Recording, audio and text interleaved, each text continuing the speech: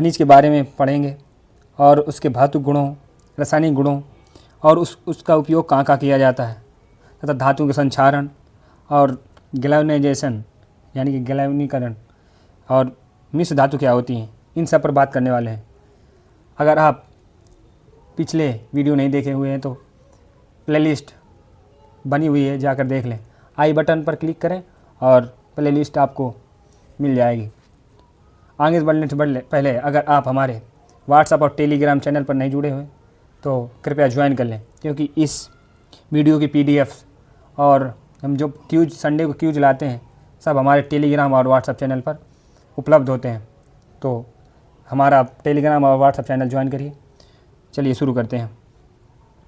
बात करें खनिजों के इंट्रोडक्शन की, तो खनिज प्राकृतिक रूप से पृथ्वी में पाए जाने वाले अकार्बनिक ठोस पदार्थ जिनकी निश्चित रासायनिक संरचना और भौतिक गुण होते हैं। यानी कि जो धरती में पाए जाते हैं अकार्बनिक ठोस पदार्थ होते हैं जिनमें कार्बन नहीं होता और जिनकी निश्चित रासायनिक संरचना होती है, यानी कि संरचना पाई जाती है उसे, और भौतिक गुण भी पाए जाते हैं, उसे कहते हैं खनिज। खनिजों के प्रकार, खनिज कई प्रकार के हो सकते हैं, जैसे धातु खनिज, अधातु खनिज और ऊर्जा खनिज। जैसे धातु खनिज में आता है लोहा, तांबा, सोना, एल्यूमिनियम और भी धातु चीज़ें। और अधातु खनिज यानी सल्फर, ग्रेफाइट, अभ्रक, ऑक्सीजन भी हो जाता है अधातु।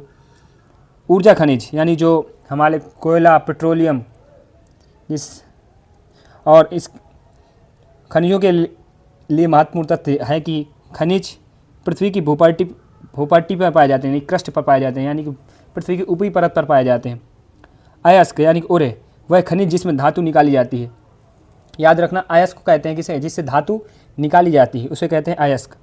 गंगा यानी गुंग, इसे कहते हैं अयस्क मिली अशुद्धियाँ, यानी कि जो अयस्क मिली हुई अशुद्धियाँ हैं उन्हें कहते हैं गंग। और खनन यानी कि जो खनिज निकालने की प्रक्रिया है, यानी कि धातु अधातु जो निकालने की प्रक्रिया उसे कहते हैं खनन। याद रखना, पृथ्वी में लगभग 300 से अधिक खनिज पाए जाते हैं। लोहा सबसे अधिक पाई जाने वाली धातु है। लोहा पृथ्वी में सबसे ज़्यादा पाई जाती है और पृथ्वी में लगभग 3000 खनिज पाए जाते हैं। बात करें धातुओं के भौतिक गुण की, भौतिक गुण, धातुओं में चमक होती है। आपने देखा होगा सोना चांदी में चमक होती है। आघातवर्धनता यानी कि धातुओं को पीट कर पतली चादर बनाई जा सकती है। जैसे आप सोने की पतली चादर बनाई जा सकती है, यानी कि धातुओं को पीट कर एक पतली चादर बनाई जा सकती है, जिसे कहते हैं आघातवर्धनता। और तन्यता, धातुओं को खींचकर तार बनाया जा सकता है, जैसे तांबे के तार होते हैं, एल्युमिनियम के तार होते हैं, यानी कि तन्यता भी धातु में पाई जाती है। विद्युत चालकता यानी कि जो कॉपर के तार होते हैं उनमें क्या होती है, विद्युत का प्रवाह हो सकता है, यानी कि विद्युत के सुचालक होते हैं। खनिज धातु क्या होते हैं, बिजली के ऊष्मा के सुचालक होते हैं, जैसे तांबा, एल्युमिनियम और कई सारे तार हो सकते हैं जिसमें बिजली बह सकती है, धातु हैं। ये ध्वनि भी, जैसे धातु में ठोकने पर आवाज़ आती है, जैसे घंटी और लोहा। बात करें इन सब धातुओं का उच्च गलनांक भी होता है, जैसे अधिकतर धातुओं गलनांक और क्वथनांक अधिक होता है। याद रखना क्या होता है, धातुओं के गुण की बात करें, भौतिक गुण की बात करें तो धातु में चमक होती है, आघातवर्धनता होती है, तन्यता होती है, विद्युत चालकता होती है और ध्वनि उत्पन्न होती है और उच्च गलनांक होता है धातुओं का। बात करें अधातुओं की, तो अधातुओं के भौतिक गुण की बात करें तो ये क्या होती है, चमकहीन, यानी इसमें चमक नहीं पाई जाती। अधिकतर अधातुओं में चमक नहीं होती, जैसे अपवाद हैं कुछ। आयोडीन यानी कि जो आपका नमक है वो भी क्या है, अधातु है, लेकिन वो क्या होता है, सफ़ेद, यानी कि चमकता है। ग्रेफाइट में क्या होता है, आपकी जो पेंसिल पाया जाता है इसमें विद्युत का क्या होता है, सुचालक होता है, ये भी क्या है, एक अपवाद है। भंगुर यानी तुरंत टूट जाती हैं। याद रखना, अधातुएं कठोर होती हैं पर पीटने पर टूट जाती हैं, पत्थर नहीं बनती। जैसे धातु में था, अगर पीटते हैं तो वो चादर बन जाती हैं, लेकिन अधातु में क्या होता है, भंगुर यानी कि टूट जाती हैं। तार नहीं बनते, इससे क्या होते हैं, धातु में तार नहीं बनते, लेकिन धातु में तार बन जाते थे। कुचालक यानी कि धातुएं जो होती हैं विद्युत की क्या होती हैं, कुचालक होती हैं, विद्युत और ऊष्मा की कुचालक होती हैं। जैसे आप कोई भी प्लास्टिक की चीज़, प्लास्टिक की हो गई, रबड़ हो गया, इसमें क्या होता है, विद्युत का प्रवाह नहीं होता, निम्न गलनांक होता है। इनका क्या होता है, गलनांक इनका गलनांक निम्न होता है, लेकिन धातुओं को गलनांक उच्च होता है। याद रखना, अधिकतर अधातुओं का गलनांक क्या होता है, धातुओं से कम होता है। गैसीय अवस्था, ये क्या गैस अवस्था में पाई जाती हैं, जैसे नाइट्रोजन, ऑक्सीजन, क्लोरीन, ये सब क्या है, गैसीय अधातु हैं। इन याद रखना, ग्रेफाइट है जो वो विद्युत का सुचालक है, और जो हीरा है सबसे कठोर अधातु है, सबसे कठोर अधातु है। और आयोडीन में क्या होती है, चमक पाई जाती है। इन्हें जरूर याद रखना। बात करें धातुओं और अधातुओं के अंतर की, तो धातुओं में क्या हो जाती है, चमक पाई जाती है, लेकिन अधातुओं में चमक नहीं पाई जाती। और आघात वर्धनता, यानी कि जो पीट कर चादर बनाया जा सकता है, लेकिन धातु में बनाई जा सकती है, अधातु में नहीं बनाई जा सकती। बात करें तन्यता, यानी कि जो तार खींच कर धातुओं को तार बनाया जा सकता है, लेकिन अधातुओं को तार नहीं बनाया जा सकता। धातुओं में विद्युत चालकता होती है, यानी कि विद्युत क्या होती है, सुचालक होते हैं, लेकिन तो अधातु में होती हैं वो क्या होती हैं, विद्युत की कुचालक होती हैं। लेकिन ग्रेफाइट को छोड़कर, क्योंकि ग्रेफाइट में अगर विद्युत प्रवाह करें तो विद्युत का प्रवाह हो जाता है, इसलिए ग्रेफाइट क्या है, एक विद्युत का सुचालक। लेकिन ग्रेफाइट एक अधातु है, ये अपवाद है। ध्वनि, यानी कि धातुओं को अगर पीटा जाए तो ध्वनि उत्पन्न होती है, जैसे आपकी स्कूल में बनी घंटी और कई सारी चीज़ें, अधातु में नहीं होती, क्योंकि आप पीटेंगे वो भंगुर हो जाती हैं। अवस्था, यानी कि जो क्या होती है, धातु हमेशा ठोस अवस्था में पाई जाती हैं। HG, यानी कि एक अपवाद है। और अधातुएं जो होती हैं ठोस, द्रव, गैस, हमने बात की ठोस की और गैस की, जैसे ऑक्सीजन, क्लोरीन और नाइट्रोजन, ये सब क्या गैसें हैं। गलनांक, धातुओं का गलनांक क्या होता है, उच्च होता है। अधातुओं का गलनांक होता है निम्न, यानी कम होता है। घनत्व, यानी डेंसिटी, धातुओं में घनत्व क्या होता है, अधिक होता है, और अधातु में कम होता है। बात करें धातु के रासायनिक गुण की, हमने अभी भौतिक गुण बात किए थे, अब क्या है रासायनिक गुण। तो धातुएं जो होती हैं ऑक्सीजन से क्रिया करके क्या बनाती हैं, ऑक्साइड बनाती हैं, जैसे, और जल से क्रिया करके हाइड्रो ऑक्साइड बनाती हैं, देखना।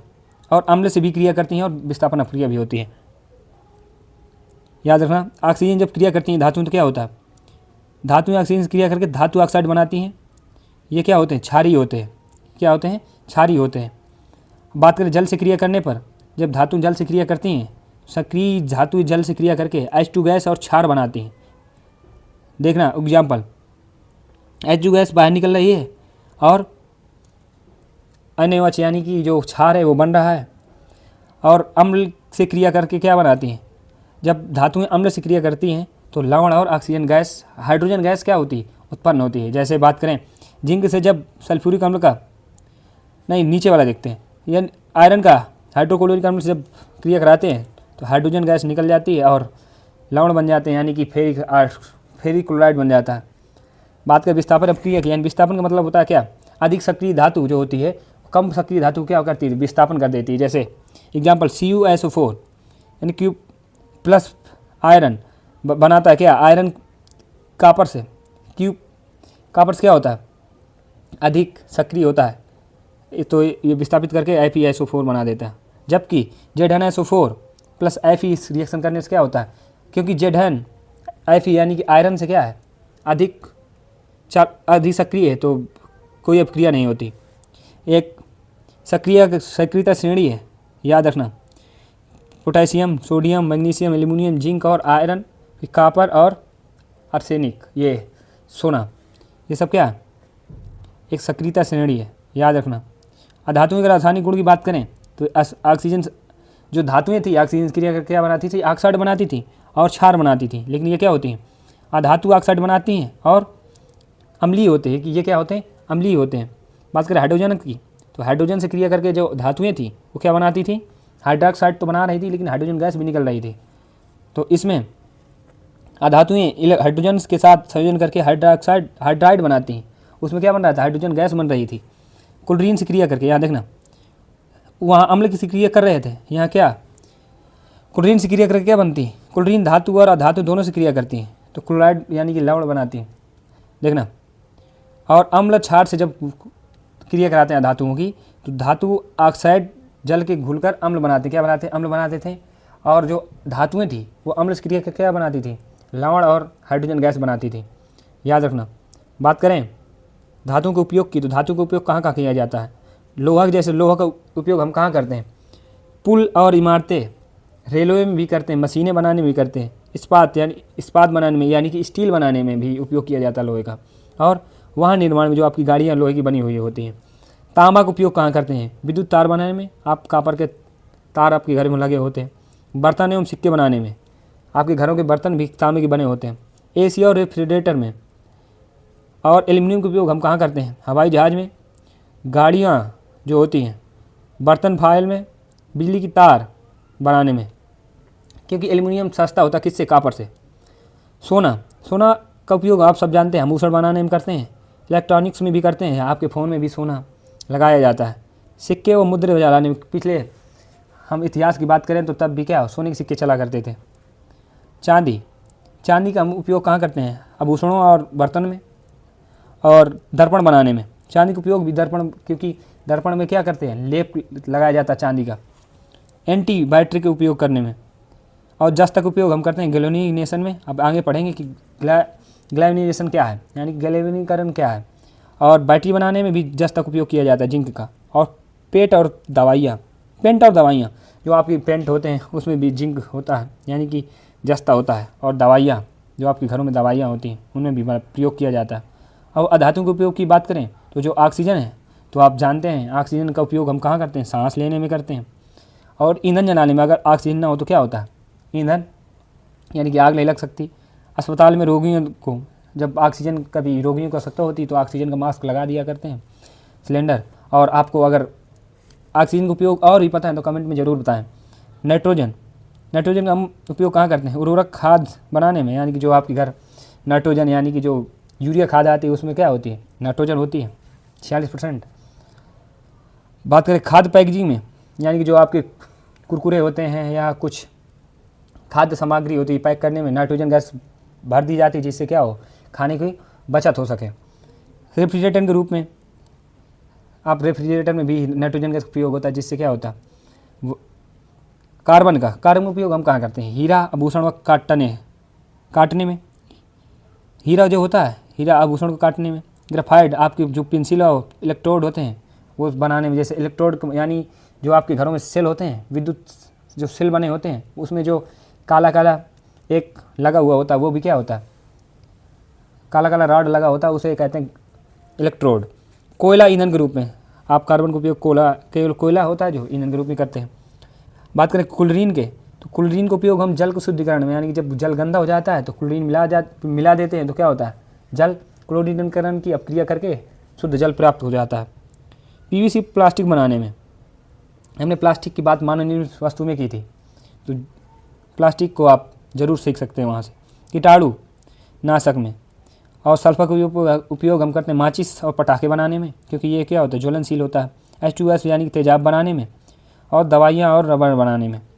बात करें फास्फोरस की, तो माचिस की तीली में, उर्वरक बनाने में और कीटनाशक में भी प्रयोग करते हैं। बात करें नेक्स्ट, धातुओं का संक्षारण जो होता है, यानी कि संक्षारण होता क्या है? वातावरण के संपर्क में जब धातुएं सतह पर धीरे धीरे नष्ट होने लगती हैं, जैसे लोहे में जंग लग जाता है और तांबे में भूरी परत चढ़ जाती है, ये सब क्या है? संक्षारण के एक उदाहरण है। बात करें संक्षारण के कारण क्या हो सकते हैं? कारण की बात करें तो नमी, जो आप जल वाष्प की उपस्थिति में जब आप जब लोहे की सरिया को वाष्प में रख देते हैं, यानी कि नमी में रख दें, तो क्या होता है? जंग लग जाती है उसमें, यानी ये क्या होता है? संक्षारण होने लगता है। यानी कि ऑक्सीजन वायु की उपस्थिति में भी हो जाता है।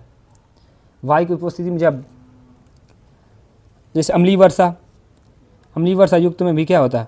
संक्षारण होता है। नमक का पानी समुद्री क्षेत्रों में अधिक पाया जाता है। अपक्रिया, जो आपका जंग बनता है, जंग क्या होता है? जब आयरन को ऑक्सीजन के साथ क्रिया करता है और जल के साथ भी क्रिया करता है। जब भीग जाती हैं बरसात में आपके घरों में उपयोग किए जाने वाले लोहे की वस्तुएं, तो क्या होता है? उनमें जंग लग जाती है। देखना, जब जल और ऑक्सीजन और आयरन के साथ जब क्रिया करता है तो फेरिक ऑक्साइड यानी कि जो जंग बनता है। जंग के लिए अब जंग का क्या होता है? जंग का आणविक सूत्र यानी कि मॉलिक्यूलर फार्मूला होता है FeO3 और X(H2O).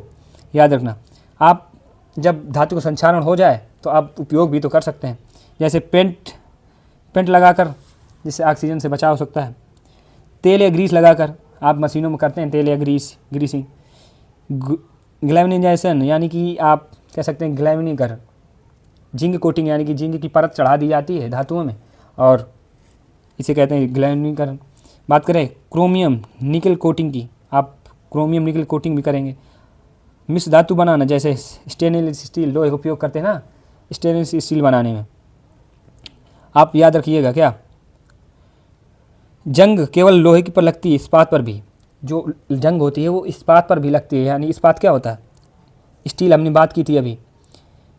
सोना प्लेटिनम संक्षारक प्रतिरोधी हैं, सोना जो होता है संक्षारण इनमें नहीं होता, यानी कि आप ऑक्सीजन और नमी में चाहे जितना रख दें तो क्या होता है, इनमें कोई क्रिया नहीं होती। बात करें ग्लैविनाइजेशन यानी ग्लैविनीकरण, आप किताब में ग्लैविनीकरण है तो बात करें क्या होता है, लोहे या इस्पात पर जंग से बचाने के लिए जस्ते की पतली परत चढ़ाने की प्रक्रिया को क्या कहते हैं, ग्लैविनाइजेशन यानी ग्लैविनीकरण। आप ग्लैविनीकरण की प्रक्रिया क्या है, फर्स्ट स्टेप में क्या होता है, लोहे की सतह को साफ किया जाता है, जो आपकी जंग लग जाती परत है उसे साफ किया जाता है। अम्ल उपचार यानी कि उसमें H2SO4 की पुरानी जंग हटाते हैं, यानी कि तेजाब का उपयोग करके जो पुरानी जंग लगी हुई होती है उसे क्या आते हैं हटाते हैं। और जिंक बात यानी कि पिछले जस्ते से डुबाते हैं, जो पिघले हुए जस्ता हुआ होता है उसे नहलाते हैं, यानी कि उसमें पिघला हुआ जस्ता डाल देते हैं। और कोटिंग, जस्ते की परत चढ़ जाती है, जब आप उस पर लोहे पर जंग लगे डाल देते हैं तो क्या होता है, परत चढ़ जाती है, तब क्या होता है, जंग मुक्त उत्पाद तैयार हो जाए, यानी फिर उसके बाद उस पर जंग नहीं लग जाती है। और इस प्रक्रिया को कहते हैं ग्लैविनीकरण। पहले क्या करते हैं, पहले जो जंग जो होता है उसको साफ़ करते हैं, और जो जंग बचा हुआ होता है उसमें क्या H2SO4 यानी तेजाब डाल देते हैं। इसके बाद जिंक पिघला हुआ क्या हो जिंक डाल देते हैं, पिघले हुए जिंक को क्या डुबो देते हैं, जिससे एक क्या होती है कोटिंग, यानी कि एक परत चढ़ जाती है लोहे पर, जिससे क्या होता है हमारा जो उत्पाद होता है यानी कि जो लोहा होता है वो क्या सुरक्षित हो जाता है संक्षारण से। इसे हम कहते हैं क्या, ग्लैविनीकरण। इसके फ़ायदे क्या क्या है, जंग से पूरी तरह सुरक्षा हो जाती है, और बात करें लंबे समय तक टिकाऊ हो जाता है, लोहा जो होता है लंबे समय तक टिक जाता है। सस्ती और आसान प्रक्रिया है, ये घर पर भी की जा सकती है। बात करें इसका उपयोग कहाँ कहाँ करते हैं, पाइप बाल्टी टंकियाँ बनाने में, छत की चादरें, ये टीन शेड्स होती हैं उनको जंग से बचाने के लिए करते हैं। बिजली के खंभे और तार में भी आपने देखा होगा जो बिजली के खंभे होते हैं उन पर जंग नहीं लगती, वो इसी का उदाहरण है, क्योंकि उसमें क्या जिंक की परत लगी हुई होती है, इसलिए क्या बिजली के जो खंभे होते हैं लोहे के बने हुए खंभे होते हैं उन पर जंग नहीं लगती। बात करें नेक्स्ट एलॉय यानी कि मिश्र धातु, इनका उपयोग हम कहाँ करते हैं। मिश्र धातु होती क्या है, दो या दो से अधिक धातुओं को, ये धातु या धातु मिलकर बनाए गए मिश्रण जिसे गुण मूल धातुओं से बेहतर होते हैं, किसे कहते हैं मिश्र धातु यानी एलॉय। याद रखना क्या, मिश्र धातु जो स्टील, याद रखना किस किस से मिलकर बनाई जाती है, जो स्टील होता है वो किससे किस मिलकर बनाया जाता है, आयरन और कार्बन से। ये क्या होती है, कठोर होता है, मजबूत होता है और लचीला होता है। इसका उपयोग हम कहाँ करते हैं, इमारत और पुल मशीन बनाने में। स्टेनलेस स्टील यानी कि स्टेनलेस स्टील ये बनता किससे है, आयरन कार्बन क्रोमियम और निकल के साथ बनता है, और इसकी विशेषता यह है कि ये जंग रोधी होता है और चमकदार होता है। जो आपके घरों के बर्तन होते हैं वो क्या होते हैं, स्टेनलेस स्टील की, इसमें जंग भी नहीं लगती। इसका उपयोग कहाँ करते हैं, बर्तन सर्जिकल औजार में, यानी जो आपके डॉक्टर के वाले औजार होते हैं। पीतल यानी क्या, ब्रास, ये किससे मिलकर बना होता है, कॉपर और जिंक का। इसमें सुंदर जंग रोधी होती है, इसकी विशेषता होती है सुंदर होता है और जंग रोधी होता है, यानी इसमें जंग नहीं लगती। ये इसमें क्या बर्तन बनाए जाते हैं और संगीत यंत्र भी बनाए जाते हैं। कांसा का उपयोग हम याद रखें क्या, ये कठोर होता है और टिकाऊ होता है, और हम इसका उपयोग मूर्तियों और सिक्के बनाने में करते हैं। यानी सोल्डर यानी कि लेड, सोल्डर किससे मिलकर बना होता है, लेड और इसे कहते हैं एसन। आप कमेंट में जरूर बताइएगा इसे क्या कहते हैं। इसका गलनांक क्या होता है, निम्न गलनांक होता है। हम इसका उपयोग सोल्डर का उपयोग करते हैं इलेक्ट्रॉनिक्स और जुड़ाई में। इलेक्ट्रॉनिक्स की जुड़ाई में जो आप कह सकते हैं क्या, आप कहिया जानते होंगे, जब आपका टाँका हट जाता है तो हम कहिया का उपयोग करते हैं। वो जो तार बना होता है वो क्या सोल्डर का बना हुआ होता है। मैग्नीशियम यानी कि मैग्नीशियम और एल्यूमिनियम मिलकर क्या बनाते हैं, ये हल्का और मजबूत होता है। गैलियम क्या होता है, हल्का और मजबूत धातु, एलॉय यानी मिश्र धातु है। इसका उपयोग हम कहाँ करते हैं, हवाई जहाज़ का ढांचा बनाने में प्रयोग करते हैं। बात करें हमें क्या क्या याद रखना है, हमने इस अध्याय में क्या क्या पढ़ा, तो खनिज जो होता है प्राकृतिक आकार में ठोस होता है, जो पृथ्वी की भूपट पर पाया जाता है। दो अयस्क जिसे कहते हैं धातु निकालने वाला खनिज क्या होता है, अयस्क होता है। हमने बात की क्या, धातुओं के भौतिक गुण की। तो धातुएं क्या होती, चमक होती है धातुओं में, आघात वर्धनती है, यानी कि ये अगर इन्हें पीट कर एक चादर बनाई जा सकती है। ये तन्य होती है, यानी कि तन्य का मतलब इसे खींचकर क्या तार बनाया जा सकता है धातुओं की। और ये धातुएं सुचालक होती हैं विद्युत की। और ध्वनि यानी कि आप इन्हें पर बल लगाने पर आवाज़ आती है। बात करें अधातुओं की भौतिक गुण की, हम बात की हमने, ये क्या होती, चमकहीन होती हैं, भंगुर यानी कि थोड़ा सा बल लगाने पर क्या होती है, टूट जाती हैं, और विद्युत की कुचालक होती हैं। लेकिन याद रखना, ग्रेफाइट क्या है, विद्युत का एक सुचालक है, लेकिन ग्रेफाइट एक अधातु है। ये एक क्या है, अपवाद है। धातु का उपयोग हम करते हैं किसमें, पुल बनाने में, तार बनाने में, हवाई जहाज बनाने में, आभूषण बनाने में। हमने देखा ही। अधातु के उपयोग की भी बात करें, ऑक्सीजन का उपयोग करते हैं हम सांस लेने में, नाइट्रोजन का खाद बनाने में, कार्बन का या हीरा ग्रेफाइट आप जानते ही होंगे, और सल्फर का माचिस बनाने में। संक्षारण, हमने संक्षारण की बात की क्या, जब किसी चीज़ को यानी कि किसी भी धातु को जब ऑक्साइड बन जाते हैं, उसे जब किसी नमी या ऑक्सीजन से क्रिया करके जब कोई भी धातु क्या बना लेते हैं, ऑक्साइड या हाइड्रोक्साइड बना लेते हैं, तो उनके पे एक परत चढ़ जाती है। जैसे लोहे में क्या जंग लग जाती है, इस्पात में भी क्या होती है, जंग लग जाती है। ये सब क्या संक्षारण के उदाहरण है। संक्षारण लगती है, समाधान क्या हो सकते हैं, हमने बात की पेंट लगाकर, जिंक की कोटिंग करके, यानी ग्लैनिकरण कर कर। हमने ग्लैवनाइजेशन भी पढ़ा। क्या पहले क्या करते हैं, लोहे को क्या करते हैं हम, पहले जंग साफ़ करते हैं, उसके बाद H2SO4 यानी कि तेजाब से लोहे को साफ़ करते हैं, उसके बाद जिंक में डुबो देते हैं, जिंक के पिघलाकर डुबो देते हैं, यानी कि ऊपर डाल देते हैं, और उसके बाद एक कोटिंग हो जाती है। फिर हमारा जो लोहा है वो क्या है, लंबे समय तक टिकाऊ हो जाता है, यानी कि लंबे समय तक उस पर जंग नहीं लगती। ग्लैवनाइजेशन, इसका प्रमुख उदाहरणों की बात करें, जैसे आपके बिजली के खंभे होते हैं, लोहे के बिजली के खंभे होते हैं, उसमें क्या होता है, जिंक कोटिंग की हुई होती है, जिससे उस पर जंग लंबे समय तक टिकाऊ होते हैं। उन पर जंग देर से लगती है, बहुत समय बाद लगती है। अगर आपको ये वीडियो पसंद आया हो तो वीडियो को लाइक करें, अपने दोस्तों के साथ शेयर ज़रूर करें, और हमारे व्हाट्सएप और टेलीग्राम चैनल में जुड़ना न भूलें, क्योंकि हम प्रत्येक रविवार शाम 8 बजे क्यूज यानी मॉक टेस्ट शुरू करने वाले हैं। तो ज्वाइन करिए हमारा टेलीग्राम और व्हाट्सएप चैनल, और अपने दोस्तों के साथ भी